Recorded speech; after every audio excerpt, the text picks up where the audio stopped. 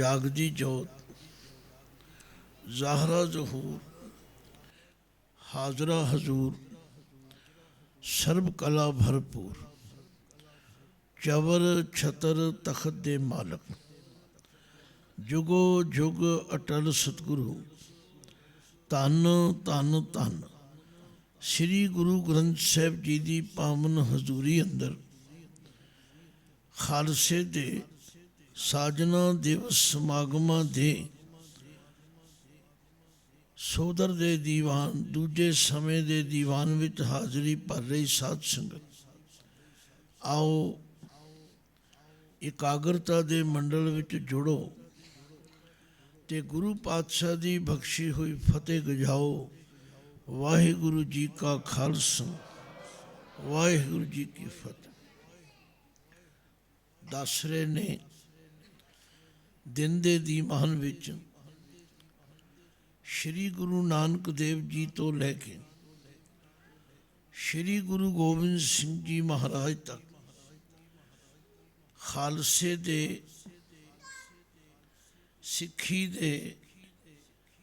सिक्खी महल दी उसारी दा जिक्र आप जी नाल साझा कीता। संगतां भरपूर सन और जितना समा सी उन्हों सफल करने का यत्न किया, पर गुरु गोबिंद सिंह जी महाराज दे अपने पिता की शहादत तो बाद जो इनकलाबी मोड़ आया, जो क्रांतिकारी तब्दीली आई, उसका जिक्र जल्दी नाल कीता जाना शोभदा नहीं सी। उहदे लई पूरा समा देना जरूरी सी। इत्थे तक असी श्रवण कर रहा कि गुरु पातशाह ने अपने पिता की शहादत तो बाद एक प्रण लिया। वो प्रण की सी कि जिनकी जात और कुल माही सरदारी ने पई कदाही तिनको मैं सरदार बनाऊं तबे गोबिंद सिंह नाम का। आख्या मैं पिता की शहादत अजाई नहीं जानते। क्यों? जिन्हां लोकां लई ये शहादत दिती है, बलिदान दिता, उन्होंने अपने पैरों ते खड़े करना ये है मेरा असल मकसद। क्योंकि जे गुरु नानक दे घर की समुची हिस्ट्री पढ़ी जाए, इस फिलॉसफी नूं समझा जाए, तो फिर पता लगता है कि पहले गुरु जी तो लैके ही उन्हां लोकां दी बांह फड़ी गई जिन्होंने नीच कहा जाता सी। ते गुरु नानक पातशाह ने एलानिया तौर पर कहा सी कि जिन्होंने लोग नीच कहते हैं, नीचा अंदर नीच जात, नीची हूँ अत नीच, नानक तिन के संग साथ वड्डियां स्यों क्यारीस। जिथे नीच संभालियन तिथे नज़र तेरी बख्शीश। ये संघर्ष कोई एक दिन का नहीं सी। गुरु नानक देव जी तो लैके कलगियां वाले पातशाह तक ये संघर्ष जारी सी। और पिता की शहादत तो बाद गुरु गोबिंद सिंह पातशाह जी लई पिता दे दानी होण दा लकब संसार विच उजागर होया, प्रगट होया। दुनिया दे लोग दान करते हैं, कोई पैसों का दान करता है, कोई कपड़ियां का दान करता है, कोई जमीन का दान करता है, कोई धन का दान करता। पर गुरु गोबिंद सिंह कलगीधर पातशाह ने अपने पिता का दान कर दिता, इसलिए उन्होंने पिता दे दानी कहा। छोटे होंदियां एक शब्द पढ़िया करते सा कि जो तो प्रेम खेलन का चाओ ਸਿਰ ਤਰ ਤਲੀ ਗਲੀ ਮੇਰੀ ਆਓ। तो मन में ख्याल आउंदा, क्योंकि बचपना सी, शायद ये शब्द गुरु गोबिंद सिंह कलगीधर पातशाह ने कहे हो, पर जदों वड्डे हो के धन गुरु ग्रंथ साहिब की बाणी का पाठ किया, एक एक पंक्ति अखर की विचार की, तो ये भुलेखा दूर हो गया। ये शब्द सलोक 12 ते वधीक विच दर्ज ने, और ये शब्द गुरु नानक सच्चे पातशाह जी ने कहे, जिहदा मतलब ये सी कि जिसने इस राह ते चलना, जिहड़ा राह सिक्खी ने चुनिया है, जिहड़ा गुरु साहिबान ने चुनिया है, जिसने इस राह ते चलना है, उहदे लई पहली शर्त ये होवे, जो तो प्रेम खेलन का चाओ, जो तो प्रेम खेलन का चाओ।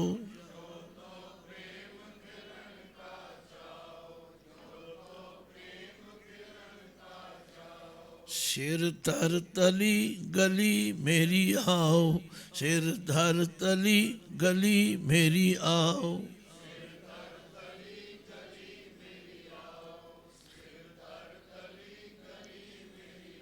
इत मार्ग पैर धरी जय, इत मार्ग पैर धरी जय।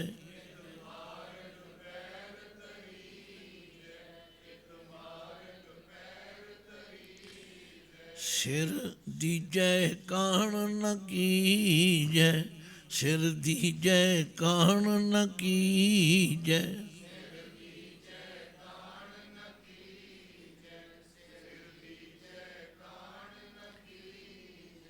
ਇਹਦਾ ਮਤਲਬ ਜਿਹੜੀ ਵਿਚਾਰਧਾਰਾ ਨੂੰ ਗੁਰੂ ਨਾਨਕ ਦੇਵ ਜੀ ਨੇ ਮਨੁੱਖਤਾ ਦੀ ਝੋਲੀ ਵਿੱਚ ਪਾਇਆ, ਇਹ ਵਿਚਾਰਧਾਰਾ ਧਾਰਨ ਕਰਨੀ ਕੋਈ ਸੌਖੀ ਨਹੀਂ ਸੀ।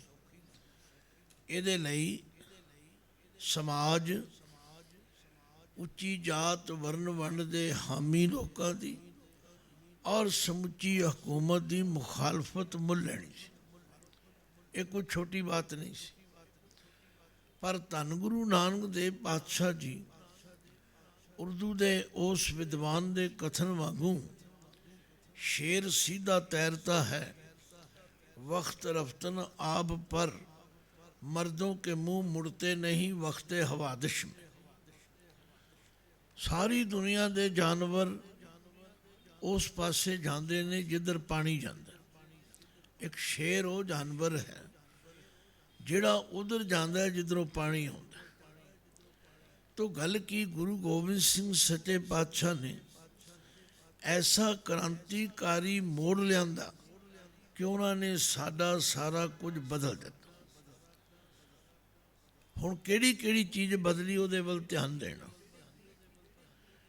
उन्होंने सब तो पहला वो जिहड़ी चरण पाहुल, बहुतिआं नूं नहीं पता, चरण पाहुल देण दी मर्यादा सी, वो खत्म कर दी। गुरु नानक देव जी तो लैके गुरु तेग बहादुर जी तक ये मर्यादा चलती रही कि जिहड़ा गुरु का सिख बनदा सी ਉਹਨੂੰ ਗੁਰੂ ਸਾਹਿਬ ਚਰਨ ਪਾਹੁਲ ਦੇ ਕੇ ਉਹਨੂੰ ਚਰਨ ਪੌਲੀਆ ਸਿੱਖ ਕਹਿੰਦੇ। ਗੁਰੂ ਗੋਬਿੰਦ ਸਿੰਘ ਜੀ ਮਹਾਰਾਜ ਨੇ ਉਸ ਚਰਨ ਪਾਹੁਲ ਨੂੰ ਖੰਡੇ ਦੀ ਪੌਲ ਵਿੱਚ ਬਦਲ ਦਿੱਤਾ। ਇਹ ਇੱਕ ਐਸੀ ਤਬਦੀਲੀ ਸੀ ਜਿਸ ਨੇ ਮਨੁੱਖਤਾ ਦੇ ਅੰਦਰ ਇੱਕ ਇਨਕਲਾਬ ਲਿਆ। ਇੱਥੇ ਹੀ ਬਸ ਨਹੀਂ, ਫਿਰ ਉਹਨਾਂ ਨੇ ਸਾਡੇ ਨਾਮ ਵੀ ਬਦਲ ਦਿੱਤੇ।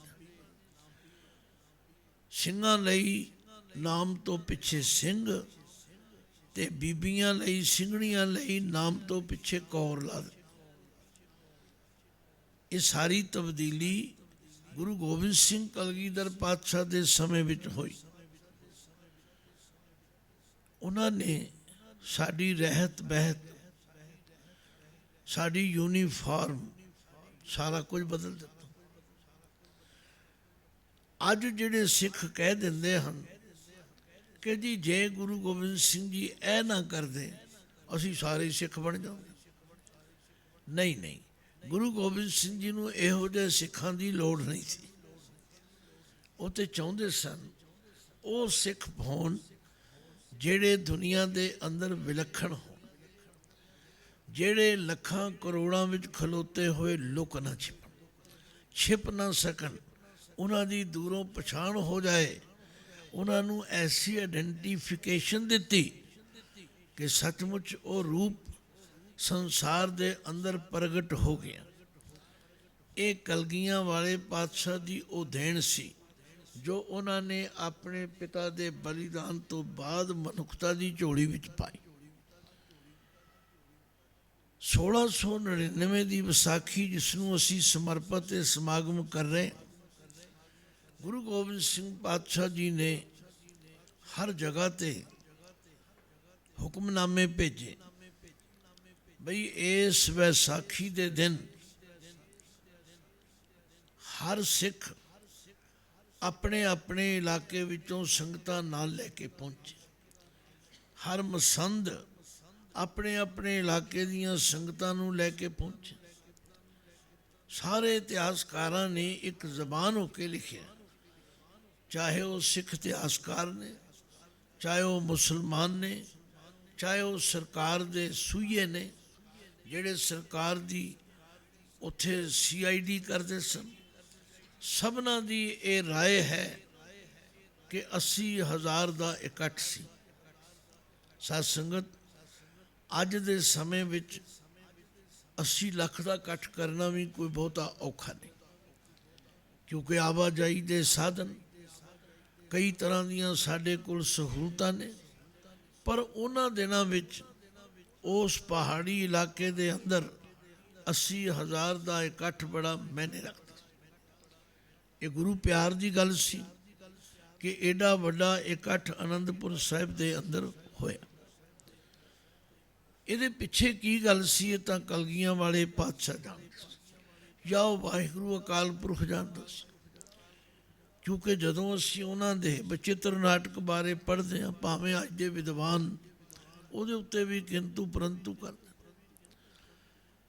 ਪਰ ਉਹਦੇ ਵਿੱਚ ਗੁਰੂ ਗੋਬਿੰਦ ਸਿੰਘ ਜੀ ਨੇ ਲਿਖਿਆ ਕਿ ਅਬ ਮੈਂ ਆਪਣੀ ਕਥਾ ਬਖਾਨ, ਤਪ ਸਾਧਤ ਜੇ ਬਿਦਮੋਇਆਂ ਨੂੰ, ਹੇਮਕੁੰਡ ਪਰਬਤ ਹੈ ਜਾਂ ਸਬਤ ਸਿੰਘ ਸੋਭਤ ਹੈ, ਸਬਤ ਸਿੰਘ ਤੈ ਨਾਮ ਕਹਾਵਾ, ਪੰਡ ਰਾਜੈ ਜੋ ਕਮਾਓ, ਤਾਂ ਹਮ ਅਦਗ ਤਪੱਸਿਆ ਸਾਧੀ ਮਹਾਕਾਲ ਕਾਲ ਕਾ ਰਾਤ, ਇਹ ਬਿਦ ਕਰ ਤਪੱਸਿਆ ਭਇਓ ਦ્વੈਤੇ ਏਕ ਰੂਪ ਹੋ ਗਏ।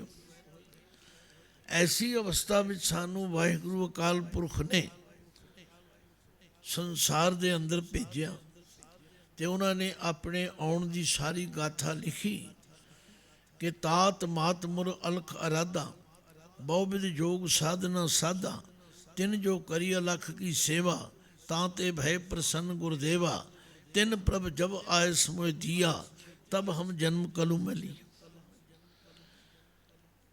ਇਹਦੇ ਨਾਲ ਸਿਰਫ ਇਤਿਹਾਸਕ ਜਾਣਕਾਰੀ ਮਿਲਦੀ।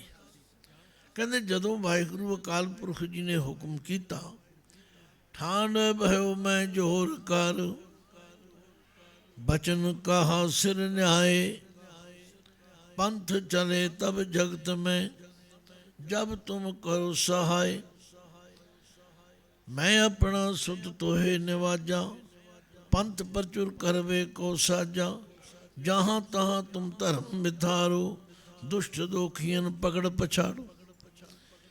ਇਹ ਕਾਰਜ ਜਿੰਮੇ ਲੱਗਾ ਸੀ ਔਰ ਉਹਦਾ ਵਰਣਨ ਇਉਂ ਪਾਤਸ਼ਾਹ ਨੇ ਕੀਤਾ ਕਿ ਮੁਰ ਪਿਤ ਪੂਰਵ ਕੀਸ ਪਿਆਨਾ, ਪਾਂਤ ਪਾਂਤ ਕਹਿ ਤੀਰਥ ਨਾਨਾ, ਜਬ ਹੀ ਜਾ ਤ੍ਰਿਵੇਣੀ ਭਏ, ਪੁੰਨ ਦਾਨ ਦਿਨ ਕਰਤ ਬਤਏ, ਤੈ ਪ੍ਰਕਾਸ਼ ਹਮਾਰਾ ਭਇਓ, ਪਟਨਾ ਸ਼ਹਿਰ ਵਿਖੇ ਬਵਲਿਓ। ਅਸਲ ਵਿੱਚ ਕਿਸੇ ਵੀ ਇਤਿਹਾਸਕ ਘਟਨਾ ਦਾ ਵਰਣਨ ਵਿਸਥਾਰ ਨਾਲ ਕਰਨ ਵਾਸਤੇ ਸਮਾਂ ਵੀ ਵਿਸਥਾਰ ਚਾਹੀਦਾ। ਗੱਲ ਕੀ, ਗੁਰੂ ਗੋਬਿੰਦ ਸਿੰਘ ਪਾਤਸ਼ਾਹ ਨੇ ਉਹ ਕਾਰਜ ਆਪਣੀ ਬਾਲ ਅਵਸਥਾ ਤੋਂ ਹੀ ਸ਼ੁਰੂ ਕਰ ਦਿੱਤੇ ਸਨ ਔਰ ਉਹਦਾ ਹੀ ਫਲ ਸਰੂਪ ਸੀ ਕਿ ਉਹਨਾਂ ਨੇ 9 ਸਾਲਾਂ ਦੀ ਉਮਰ ਵਿੱਚ ਆਪਣੇ ਪਿਤਾ ਨੂੰ ਬਲੀਦਾਨ ਦੇਣ ਲਈ ਭੇਜਿਆ। ਉਸ ਦਿਨ ਤੋਂ ਹੀ ਉਹਨਾਂ ਦਾ ਪ੍ਰੋਗਰਾਮ ਜੋ ਉਹਨਾਂ ਨੇ ਅਕਾਲ ਪੁਰਖ ਦੇ ਹੁਕਮ ਵਿੱਚ ਉਲੀਕਿਆ, ਉਹਦੇ ਤਹਿਤ ਇਹ ਵਿਸਾਖੀ ਦਾ ਦਿਨ ਚੁਣਿਆ ਗਿਆ ਔਰ 80,000 ਦੇ ਇਕੱਠ ਵਿੱਚ ਕਲਗੀਆਂ ਵਾਲੇ ਪਾਤਸ਼ਾਹ ਨੇ ਅੱਜ ਨੰਗੀ ਸ਼ਮਸ਼ੀਰ ਲੈ ਕੇ ਮਾਨੋ ਖਾਲਸੇ ਦੀ ਪ੍ਰੀਖਿਆ ਲਈ। ਜਿਹੜੇ ਰੋਜ਼ ਪੜ੍ਹਦੇ ਸਨ, ਤਨ ਮਨ ਧਨ ਸਭ ਸੌਂਪ ਗੁਰ ਕੋ ਹੁਕਮ ਮੰਨਿਆ ਪਾਈਏ, ਅੱਜ ਉਹਨਾਂ ਦੀ ਪ੍ਰੀਖਿਆ ਸੀ। ਜੇ ਸਿਰਫ ਬੱਚੇ ਸਕੂਲ ਵਿੱਚ ਪੜ੍ਹਦੇ ਰਹਿਣ, ਸਾਲਾਂ ਸਾਲ ਪੜ੍ਹਦੇ ਰਹਿਣ, ਉਹਨਾਂ ਦਾ ਕਦੇ ਐਗਜ਼ਾਮ ਹੀ ਨਾ ਹੋਵੇ, ਉਹਨਾਂ ਦੀ ਕਦੇ ਪ੍ਰੀਖਿਆ ਹੀ ਨਾ ਹੋਵੇ, ਤਾਂ ਕੀ ਪਤਾ ਲੱਗੇਗਾ ਉਹਨਾਂ ਵਿੱਚ ਕਿੰਨੀ ਕੁ ਯੋਗਤਾ ਆਈ ਹੈ, ਉਹ ਕਿੰਨੀ ਕੁ ਲਿਆਕਤ ਦੇ ਮਾਲਕ ਹੋਏ ਨੇ। ਅੱਜ ਕਲਗੀਆਂ ਵਾਲੇ ਪਾਤਸ਼ਾਹ ਨੇ ਵਿਸਾਖੀ ਵਾਲੇ ਦਿਨ ਉਸ 80,000 ਦੇ ਇਕੱਠ ਵਿੱਚ ਜਦੋਂ ਇਹ ਮੰਗ ਕੀਤੀ ਕਿ ਅੱਜ ਮੈਨੂੰ ਇੱਕ ਸੀਸ ਦੀ ਲੋੜ ਹੈ, ਇਹ ਹੈ ਵਿਸਾਖੀ ਦੀ ਉਹ ਸਾਖੀ ਜਿਹਦਾ ਪਿਛੋਕੜ ਤਾਂ ਤੁਹਾਨੂੰ ਇਤਿਹਾਸ ਰੂਪ ਸੁਣਾ ਦਿੱਤਾ। ਹੁਣ ਉਸ ਭਰੇ ਇਕੱਠ ਦੇ ਅੰਦਰ ਇੱਕ ਵਾਰੀ ਸਨਾਟਾ ਛਾ ਗਿਆ, ਇੱਕ ਵਾਰੀ ਮੌਤ ਵਰਗੀ ਚੁੱਪ ਛਾ ਗਈ। ਹੋਰ ਤੇ ਬੜਾ ਕੁਝ ਭੇਟ ਕਰਦੇ ਸਨ ਸੰਗਤ, ਪਰ ਅੱਜ ਸਿਰ ਦੀ ਭੇਟ ਕੀਤੀ। ਇਸ ਮੰਗ ਨੂੰ ਸੁਣ ਕੇ ਕਈ ਜਿਹੜੇ ਕਮਜ਼ੋਰ ਦਿਲ ਸਨ ਉਹ ਹੌਲੀ ਹੌਲੀ ਦੀਵਾਨ ਵਿੱਚੋਂ ਖਿਸਕੇ। ਕਈਆਂ ਨੇ ਸਿਰ ਨੀਵੇਂ ਕਰ ਲਏ, ਕਿਧਰੇ ਸਾਡੇ ਵੱਲ ਗੁਰੂ ਪਾਤਸ਼ਾਹ ਦਾ ਇਸ਼ਾਰਾ ਨਾ ਹੋ ਜਾਏ। ਪਰ ਸੂਰਮਾ ਤੇ ਉਹੀ ਸੀ, ਨਿਤਰਨਾ ਤੇ ਉਸੇ ਸੀ ਜਿਸ ਨੇ ਆਪਣੇ ਜੀਵਨ ਦੀ ਤਿਆਰੀ ਕੀਤੀ ਹੋਈ ਸੀ। ਉਹ ਭਾਈ ਦਇਆ ਰਾਮ ਲਾਹੌਰ ਦੇ ਖੱਤਰੀ ਖੜੇ ਹੋ ਗਏ। ਪਾਤਸ਼ਾਹ, ਮੇਰਾ ਸੀਸ ਹਾਜ਼ਰ ਹੈ। ਜਦੋਂ ਦਾ ਗੁਰੂ ਦਾ ਸਿੱਖ ਬਣਿਆ, ਮੈਂ ਆਪਣਾ ਸੀਸ ਗੁਰੂ ਨੂੰ ਅਰਪਣ ਕੀਤਾ। ਭਾਈ, ਆਪਾਂ ਵਿਸਾਖੀ ਦਾ ਇਤਿਹਾਸ ਸੁਣ ਰਹੇ ਹਾਂ। ਇਹ ਗੱਲ ਹਰ ਗੁਰਸਿੱਖ ਮਾਈ ਭਾਈ ਨੂੰ ਦ੍ਰਿੜ ਕਰ ਲੈਣੀ ਚਾਹੀਦੀ ਹੈ ਕਿ ਸਾਡਾ ਇਹ ਸਿਰ ਗੁਰੂ ਦਾ। ਭਾਈ ਦਇਆ ਰਾਮ ਨੇ ਸਭ ਤੋਂ ਪਹਿਲਾਂ ਆਪਣਾ ਸੀਸ ਭੇਟ ਕਰਨ ਦੀ ਬਾਤ ਕਹੀ ਔਰ ਉਹ ਭਾਈ ਦਇਆ ਰਾਮ ਪਿਆਰੇ ਬਣੇ। ਫਿਰ ਵਾਰੀ ਆਈ ਧਰਮਚੰਦ, ਜੋ ਹਸਤਨਾਪੁਰ ਜ਼ਿਲ੍ਹਾ ਮੇਰਠ ਦੇ ਅੰਦਰ ਉਹਨਾਂ ਦਾ ਨਗਰ, ਉਹਨਾਂ ਦੇ ਜਨਮ ਨਗਰ ਦੇ ਦਾਸ ਨੇ ਦਰਸ਼ਨ ਕੀਤੇ। ਉਸ ਅਸਥਾਨ ਦੇ ਦਰਸ਼ਨ ਕੀਤੇ। ਉਹਨਾਂ ਦਾ ਉਹ ਘਰ ਮਕਾਨ ਅੱਜ ਤੀਕਰ ਸੇਵ ਬਚਾ ਕੇ ਰੱਖਿਆ ਹੋਇਆ। ਇਸੇ ਤਰ੍ਹਾਂ ਹਿੰਮਤ ਰਾਏ ਜੀ, ਇਸੇ ਤਰ੍ਹਾਂ ਮੋਹਕਮ ਚੰਦ ਜੀ, ਇਸੇ ਤਰ੍ਹਾਂ ਸਾਹਿਬ ਸਿੰਘ, ਵਾਰੀ ਵਾਰੀ ਪੰਜ ਆਏ ਔਰ ਕਲਗੀਆਂ ਵਾਲੇ ਪਾਤਸ਼ਾਹ ਉਹਨਾਂ ਨੂੰ ਉਸ ਤੰਬੂ ਵਿੱਚ ਲੈ ਗਏ। ਹੁਣ ਸਾਡੇ ਜਿਹੜੇ ਵਿਦਵਾਨ ਨੇ ਉਹ ਕਈ ਵਾਰੀ ਕਈ ਇਹੋ ਜਿਹੀਆਂ ਗੱਲਾਂ ਕਰਦੇ ਹਨ ਜਿਹੜੀਆਂ ਆਮ ਸੰਗਤ ਨੂੰ ਠੇਸ ਵੀ ਪਹੁੰਚਾਉਂਦੀਆਂ। ਉਹਨਾਂ ਨੇ ਤੰਬੂ ਵਿੱਚ ਕੀ ਕੀਤਾ, ਕੀ ਨਹੀਂ ਕੀਤਾ। ਪੰਥ ਰਤਨ ਗਿਆਨੀ ਸੰਤ ਸਿੰਘ ਜੀ ਮਸਕੀਨ ਕਿਹਾ ਕਰਦੇ ਸਨ, ਭਾਈ ਜੇ ਗੁਰੂ ਨੇ, ਪਿਤਾ ਨੇ ਕੋਈ ਗੱਲ ਪਰਦੇ ਵਿੱਚ ਕੀਤੀ ਤੇ ਤੁਹਾਨੂੰ ਉਸ ਪਰਦੇ ਖੋਲ੍ਹਣ ਦਾ ਕੀ ਹੱਕ ਹੈ? ਇਸ ਬਹਿਸ ਮਵੈਸੇ ਵਿੱਚ ਪੈਣ ਦੀ ਕੀ ਲੋੜ ਹੈ? ਗੁਰੂ ਨੇ ਜੋ ਕੀਤਾ ਉਹ ਗੁਰੂ ਜਾਣਦੇ। ਉਹਨਾਂ ਨੇ ਉਹਨਾਂ ਪੰਜਾਂ ਨੂੰ ਝਟਕਾਇਆ ਜਾਂ ਨਹੀਂ ਝਟਕਾਇਆ ਤੇ ਉਹ ਜਾਣਦੇ ਨੇ, ਪਰ ਅਸੀਂ ਪਾਣੀ 'ਚ ਮਧਾਣੀ ਪਾ ਕੇ ਲੋਕਾਂ ਨੂੰ ਸਸਪੈਂਸ ਵਿੱਚ ਪਾਉਂਦੇ। ਇਹ ਤਾਂ ਪਤਾ ਹੈ ਕਿ ਉਹਨਾਂ ਨੇ ਆਪਣੇ ਸੀਸ ਭੇਟ ਕੀਤੇ, ਗੁਰੂ ਪਾਤਸ਼ਾਹ ਉਹਨਾਂ ਨੂੰ ਤੰਬੂ ਵਿੱਚ ਲੈ ਗਏ ਔਰ ਲਹੂ ਭਿੱਜੀ ਤਲਵਾਰ ਲੈ ਕੇ ਫਿਰ ਪੇਸ਼। ਵਾਰੀ ਵਾਰੀ ਪੰਜਾਂ ਨੂੰ ਇਹ ਸਾਰਾ ਕੌਤਕ ਵਰਤਿਆ ਅਤੇ ਹੁਣ ਉਹਨਾਂ ਪੰਜਾਂ ਨੂੰ ਇੱਕ ਨਵੀਂ ਵੇਸ਼ਭੂਸ਼ਾ, ਇੱਕ ਨਵਾਂ ਨਾਮ, ਇੱਕ ਨਵਾਂ ਸਰੂਪ, ਇੱਕ ਨਵੀਂ ਰਹਿਤ ਬਹਿਤ ਦਿੱਤੀ।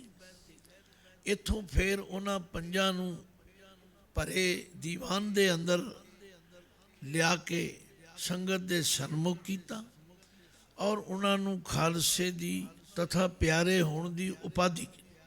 ਇਸ ਤੋਂ ਸਾਨੂੰ ਸਮਝ ਆ ਜਾਣੀ ਚਾਹੀਦੀ ਹੈ ਬਈ ਗੁਰੂ ਦੇ ਪਿਆਰੇ ਬਣਨ ਵਾਸਤੇ ਗੁਰੂ ਨੂੰ ਆਪਣਾ ਆਪ ਇਉਂ ਨਿਛਾਵਰ ਕਰਨਾ। ਫਿਰ ਅਚੰਭੇ ਦੀ ਬਾਤ ਇਹ ਹੈ ਭਾਈ ਗੁਰੂ ਪਾਤਸ਼ਾਹ ਜੀ ਨੇ ਉਹਨਾਂ ਦਾ ਜੀਵਨ ਤੇ ਬਦਲ ਦਿੱਤਾ।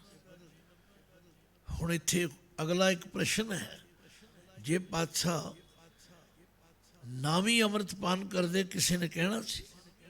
ਉਹ ਤਾਂ ਪੰਥ ਦੇ ਸੰਸਥਾਪਕ ਸਨ, ਉਹ ਤਾਂ ਪੰਥ ਰਚਣ ਵਾਲੇ ਸਨ।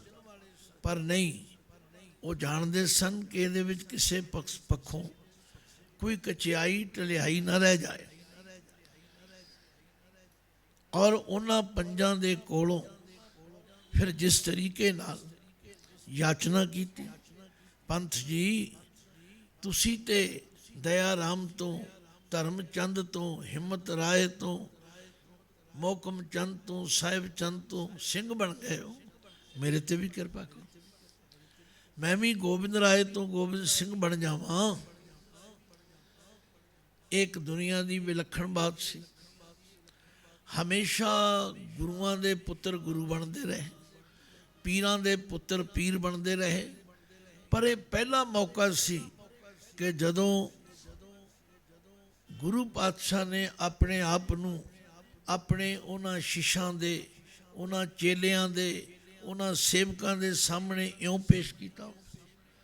ਤਾਂ ਹੀ ਭਾਈ ਗੁਰਦਾਸ ਦੂਜੇ ਨੇ ਇਹ ਸ਼ਬਦ ਲਿਖੇ, ਵੈ ਪ੍ਰਗਟਿਓ ਮਰਦ ਅਗੰਮੜਾ, ਵੈ ਪ੍ਰਗਟਿਓ ਮਰਦ ਅਗੰਮੜਾ।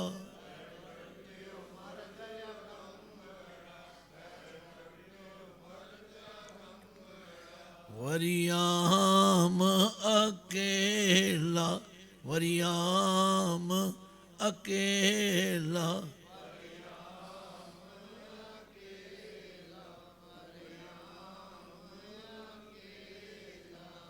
ਵਾਹ ਵਾਹ ਗੋਬਿੰਦ ਸਿੰਘ, ਵਾਹ ਵਾਹ ਗੋਬਿੰਦ ਸਿੰਘ।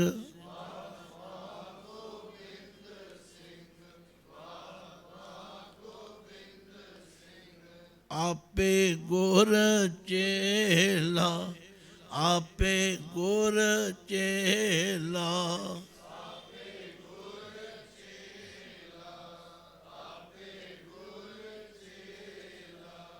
ਹੁਣ ਬਾਲਾ ਪ੍ਰੀਤਮ ਗੋਬਿੰਦ ਰਾਏ ਜੀ ਉਹਨਾਂ ਪੰਜਾਂ ਅੱਗੇ ਵੀਰ ਆਸਨ ਹੋ ਕੇ ਘੁਟਨੇ ਟੇਕ ਕੇ ਇਹ ਮੰਗ ਕਰ ਰਹੇ ਨੇ, ਖਾਲਸਾ ਜੀ ਮੇਰੇ ਤੇ ਵੀ ਕਿਰਪਾ ਕਰੋ। ਗੱਲਾਂ ਬਹੁਤ ਦਿਲਚਸਪ ਨੇ।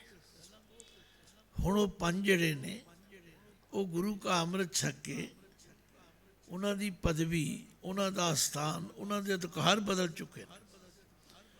ਉਹਨਾਂ ਆਖਿਆ ਪਾਤਸ਼ਾਹ ਇਹ ਸਿਰ ਅੰਮ੍ਰਿਤ ਦੀ ਦਾਤ ਤੁਸੀਂ ਸਾਨੂੰ ਐਵੇਂ ਨਹੀਂ ਦਿੱਤੀ, ਪਹਿਲਾਂ ਸਾਡਾ ਸਿਰ ਲਿਆ ਤੇ ਫਿਰ ਸਾਨੂੰ ਇਹ ਦਾਤ,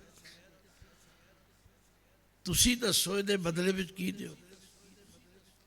ਭਾਈ ਸਾਧੂ ਸਿੰਘ ਦੇਹਰਾਦੂਨ ਵਾਲੇ ਨੇ ਇੱਕ ਗੀਤ ਗਾਇਆ ਸੀ, ਉਹਦੇ ਕੁਝ ਬੋਲ ਸਨ। ਕਲਗੀਆਂ ਵਾਲੇ ਪਾਤਸ਼ਾਹ ਨੇ ਕਿਹਾ,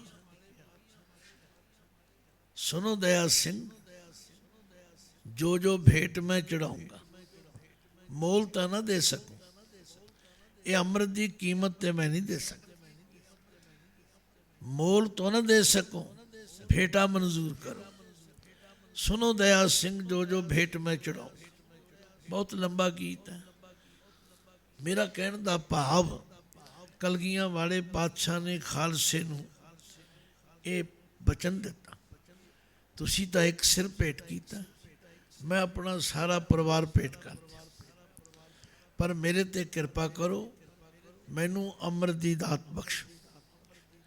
ਇਹ ਇਤਿਹਾਸ ਤੁਹਾਡੇ ਨਿਤਾ ਪ੍ਰਤੀ ਸਾਹਮਣੇ ਵਰਤਦਾ ਹੈ, ਤੁਸੀਂ ਰੋਜ਼ ਕੰਨਾਂ ਨਾਲ ਸੁਣਦੇ ਹੋ, ਤੁਹਾਨੂੰ ਕਿਸੇ ਨਾ ਕਿਸੇ ਰੂਪ ਵਿੱਚ ਗਿਆਤ। ਹਾਂ, ਜਾਣ ਕੇ ਕੋਈ ਮਸਲਾ ਹੋ ਜਾਏ ਤੇ ਉਹਦੀ ਮਰਜ਼ੀ, ਕੋਈ ਲੁਕੋ ਛਪੋ ਵਾਲੀ ਗੱਲ ਨਹੀਂ।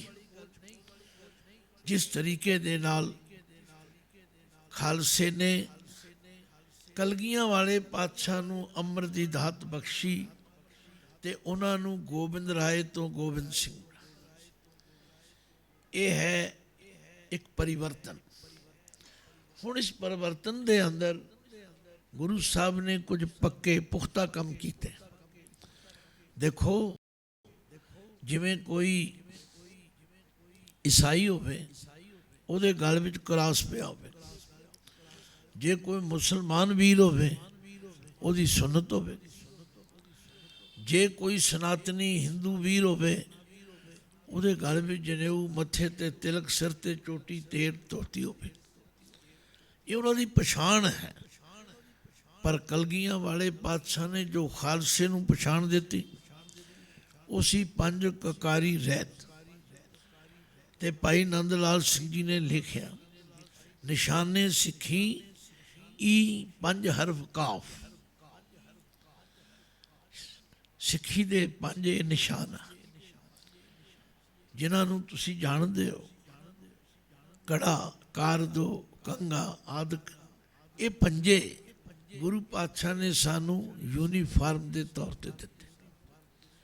ਅੱਜ ਜਿਹੜੇ ਕਹਿੰਦੇ ਨੇ ਜੀ ਆਹ ਨਾ ਹੁੰਦਾ ਤੇ ਅਸੀਂ ਸਾਰੇ ਸਿੱਖ ਹੁੰਦੇ, ਨਹੀਂ ਨਹੀਂ, ਇਹ ਤਾਂ ਸਾਡੀ ਆਇਡੈਂਟੀਫਿਕੇਸ਼ਨ ਹੈ, ਇਹ ਤਾਂ ਸਾਡੀ ਉਹ ਪਛਾਣ ਹੈ ਜਿਹੜੇ ਸਾਨੂੰ ਸੰਸਾਰ ਤੋਂ ਵੱਖਰਾ ਕਰਦੀ।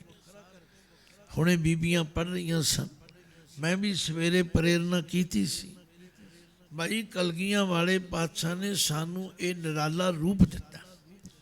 ਇਹ ਉਹਨਾਂ ਦੀਆਂ ਪਿਆਰੀਆਂ ਨਿਸ਼ਾਨੀਆਂ ਹਨ। ਜਿਵੇਂ ਆਪਣੇ ਪਿਆਰੇ ਦੀਆਂ ਦਿੱਤੀਆਂ ਨਿਸ਼ਾਨੀਆਂ ਹਰ ਕੋਈ ਛਾਤੀ ਨਾਲ ਲਾ ਕੇ ਰੱਖਦਾ, ਬੜਾ ਆਦਰ ਕਰਦਾ, ਮੇਰੇ ਪਿਆਰੇ ਦੀ ਨਿਸ਼ਾਨੀ, ਇਹ ਮੇਰੇ ਕਲਗੀਆਂ ਵਾਲੇ ਪਾਤਸ਼ਾਹ ਦੀਆਂ ਨਿਸ਼ਾਨੀਆਂ ਨੇ। ਹਾਂ, ਇਹਨਾਂ ਦੇ ਪਿੱਛੇ ਕੀ ਫਿਲਾਸਫੀ ਹੈ ਉਹ ਸਮਝਣ ਦੀ ਲੋੜ ਹੈ।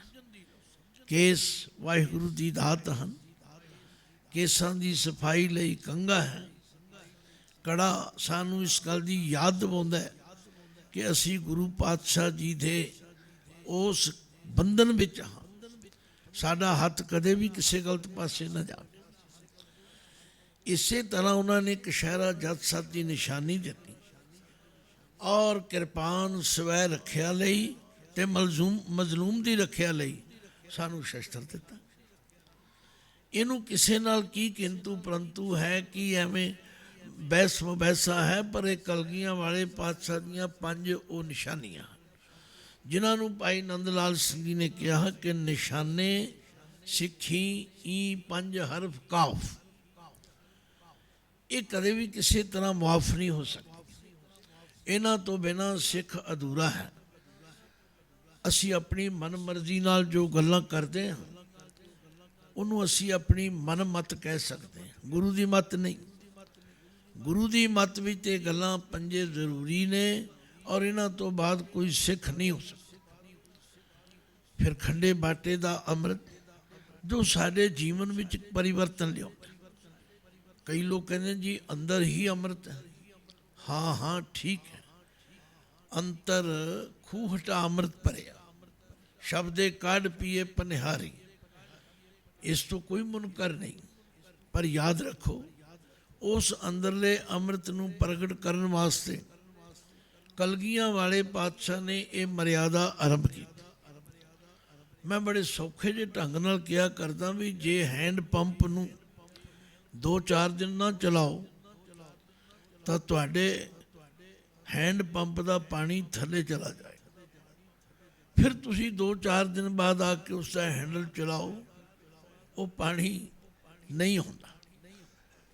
ਹੈਂਡਲ ਮਾਰਨ ਵਾਲਾ ਹੈਰਾਨ ਪਰੇਸ਼ਾਨ ਹੋ ਜਾਂਦਾ, ਪਾਣੀ ਕਿੱਥੇ ਚਲਾ ਗਿਆ। ਪਰ ਸਿਆਣੇ ਕਹਿੰਦੇ ਹਨ ਬਈ ਉੱਪਰੋਂ 1 ਬਾਲਟੀ 2 ਬਾਲਟੀ ਪਾਣੀ ਪਾਓ, ਫਿਰ ਉਹ ਪਾਣੀ ਜਾਰੀ ਹੋ ਜਾਂਦਾ। ਇਸੇ ਤਰ੍ਹਾਂ ਗੁਰੂ ਕੀ ਬਖਸ਼ਿਸ਼ ਅੰਮ੍ਰਿਤ ਪਾਨ ਕਰਨ ਦੇ ਨਾਲ ਜਦੋਂ ਸਿੱਖ ਅਭਿਆਸ ਕਰਦਾ, ਅੰਮ੍ਰਿਤ ਵੇਲੇ ਉੱਠਦਾ, ਨਿਤਨੇਮ ਕਰਦਾ, ਬਾਣੀ ਦਾ ਪਾਠ ਕਰਦਾ, ਸਿਮਰਨ ਕਰਦਾ, ਉਸ ਦਾ ਉਹ ਅੰਮ੍ਰਿਤ ਇਕਮਿਕ ਹੋ ਜਾਂਦਾ। ਔਰ ਇਹਦੇ ਵਾਸਤੇ ਗੁਰੂ ਪਾਤਸ਼ਾਹ ਨੇ ਹਰ ਸਿੱਖ ਲਈ 4 ਕੰਮ ਕਰਨੇ ਬਹੁਤ ਜ਼ਰੂਰੀ ਕਰਾਰ ਦਿੱਤੇ। ਪਤਾ ਸਾਨੂੰ ਹੈ, ਪੜ੍ਹਦੇ ਅਸੀਂ ਰੋਜ਼ ਹਾਂ, ਪਰ ਕਰਨੀ ਵਾਲੇ ਸਿੱਖਾਂ ਦੀ ਸੰਗਤ ਤੋਂ ਬਿਨਾਂ ਇਹ ਪਤਾ ਨਹੀਂ ਲੱਗਦਾ। ਹਾਲਾਂਕਿ ਮੈਂ ਬਹੁਤ ਛੋਟੀ ਉਮਰ ਤੋਂ ਇਸ ਪਾਸੇ ਲੱਗਾ, ਪਰ ਜਿਉਂ-ਜਿਉਂ ਕਰਨੀ ਵਾਲੇ ਸਿੱਖਾਂ ਦਾ ਮੇਲ ਹੋਇਆ, ਉਹਨਾਂ ਦੇ ਸਿੱਧੇ ਸਰਲ ਬੋਲਾਂ ਵਿੱਚੋਂ ਦ੍ਰਿੜਤਾ ਆਈ। ਮੈਂ ਇੱਕ ਦਿਨ ਆਪਣੇ ਨਗਰ ਵਿੱਚ ਸਵੇਰੇ ਸਵੇਰੇ ਕਿਸੇ ਕੰਮ ਜਾ ਰਿਹਾ ਸੀ ਤੇ ਇੱਕ ਬਜ਼ੁਰਗ ਮੇਰੇ ਜਾਣੇ ਪਛਾਣੇ ਮੈਨੂੰ ਬਾਜ਼ਾਰ ਵਿੱਚ ਮਿਲ ਗਏ। ਮੈਂ ਉਹਨਾਂ ਨੂੰ ਫਤਿਹ ਬੁਲਾਈ ਤੇ ਪੁੱਛਿਆ, ਬਾਪੂ ਜੀ ਕਿੱਥੇ ਚੱਲੇ ਹੋ? ਕਹਿੰਦੇ ਗਿਆਨੀ ਜੀ ਤੁਸੀਂ ਤੇ ਗਿਆਨੀ ਹੋ। ਮੈਂ ਕਿਹਾ ਜੀ ਅਸਲ ਗਿਆਨੀ ਗੁਰੂ ਘਰ ਵਿੱਚ ਉਹ ਹੈ ਜਿਹੜਾ ਪ੍ਰੈਕਟੀਕਲੀ ਕਰਦਾ ਹੈ। ਗਿਆਨੀ ਕਿਸੇ ਯੂਨੀਫਾਰਮ ਦਾ ਨਾਮ ਨਹੀਂ। ਤੁਸੀਂ ਦੱਸੋ। ਕਹਿਣ ਲੱਗੇ ਮੇਰੇ ਗੁਰੂ ਨੇ 4 ਕੰਮ ਕਹੇ ਨੇ, 2 ਮੈਂ ਕਰ ਆਇਆ, 2 ਮੈਂ ਕਰਨ ਚੱਲਿਆ। ਮੈਂ ਕਿਹਾ ਮੈਨੂੰ ਵੀ ਦੱਸੋ। ਕਹਿੰਦੇ ਤੁਹਾਨੂੰ ਤਾਂ ਸਭ ਪਤਾ ਹੈ। ਖੈਰ ਮੇਰੀ ਨਿਮਰਤਾ ਅਧੀਨਗੀ ਦੇਖ ਕੇ ਉਹਨਾਂ ਨੇ ਮੈਨੂੰ ਦੱਸਿਆ। ਕਹਿਣ ਲੱਗੇ ਤੁਸੀਂ ਰੋਜ਼ ਬਾਣੀ ਵਿੱਚ ਪੜ੍ਹਦੇ ਹੋ ਨਾ, ਅੰਤਰ ਗੁਰ ਆਰਾਧਨਾ, ਜੇਵਾ ਜਪ ਗੁਰ ਨਾਉ, ਨੇਤਰੀ ਸਤਿਗੁਰ ਪੇਖਣਾ, ਸ਼ਰਮਣੀ ਸੁਣਨਾ ਗੁਰ ਨਾਉ। ਹੁਣ ਮੈਂ ਤੁਹਾਨੂੰ ਪੁੱਛਾਂ ਤੁਸੀਂ ਪੜ੍ਹਿਆ? ਤੁਸੀਂ ਆਖੋ ਜੀ ਪੜ੍ਹਿਆ। ਕਹਿਣ ਲੱਗੇ ਮੈਂ 2 ਕੰਮ ਕਰ ਆਇਆ ਤੇ 2 ਕੰਮ ਹੁਣ ਮੈਂ ਕਰਾਂਗਾ। ਮੈਂ ਕਿਹਾ ਜੀ ਕਿੱਥੇ ਜਾ ਕੇ ਕਰੋਗੇ? ਕਹਿੰਦੇ ਗੁਰੂ ਘਰ ਵਿੱਚ ਜਾਵਾਂਗਾ। ਉੱਥੇ ਜਾ ਕੇ ਧੰਨ ਗੁਰੂ ਗ੍ਰੰਥ ਸਾਹਿਬ ਦੇ ਦਰਸ਼ਨ ਕਰਾਂਗਾ। ਨੇਤਰੀ ਸਤਿਗੁਰ ਪੇਖਣਾ, ਸ਼ਰਮਣੀ ਸੁਣਨਾ ਗੁਰ ਨਾਉ। ਉੱਥੇ ਬੈਠ ਕੇ ਸੰਗਤ ਵਿੱਚ ਬਾਣੀ ਦਾ ਪਾਠ, ਬਾਣੀ ਦਾ ਕੀਰਤਨ, ਕਥਾ ਸੁਣਾਂਗਾ। 2 ਕੰਮ ਮੈਂ ਘਰ ਕਰ ਆਇਆ। ਅੰਤਰ ਗੁਰ ਆਰਾਧਨਾ, ਜੇਵਾ ਜਪ ਗੁਰ ਨਾਉ। ਘਰ ਵਿੱਚ ਬਹਿ ਕੇ ਮੈਂ ਵਾਹਿਗੁਰੂ ਦਾ ਸਿਮਰਨ ਕੀਤਾ, 5 ਬਾਣੀਆਂ ਦਾ ਨਿਤਨੇਮ ਕੀਤਾ। ਇਹ 2 ਕੰਮ ਮੈਂ ਘਰ ਕਰ ਆਇਆ। 2 ਕੰਮ ਮੈਂ ਗੁਰੂ ਘਰ ਵਿੱਚ ਰੱਖਿਆ। ਦੱਸੋ ਕੋਈ ਔਖੀ ਗੱਲ ਜਿਹੜੀ ਤੁਹਾਡੀ ਸਮਝ ਵਿੱਚ ਨਾ ਆਈ? ਪਰ ਕੀਤੇ ਤੋਂ ਬਿਨਾਂ ਗੁਰੂ ਪਾਤਸ਼ਾਹ ਜੀ ਕਹਿੰਦੇ ਨੇ ਕੋਈ ਗੱਲ ਪੱਲੇ ਨਹੀਂ ਪੈ ਸਕਦੀ।